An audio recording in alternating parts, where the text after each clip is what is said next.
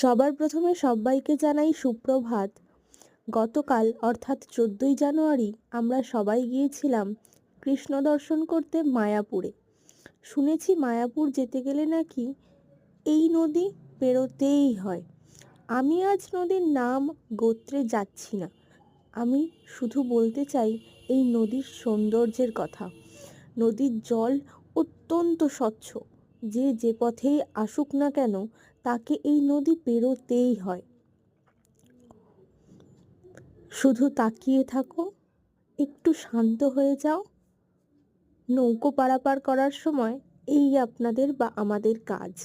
আর এই যে জলের রং দুটি আলাদা, যা ভিন্নভাবে আলাদা হয়েও একসাথে মিশছে না, একই জায়গায় বয়ে চলেছে, জানান দিচ্ছে মহাপ্রভুর কথা। ভালো লাগলে একটা লাইক করবেন।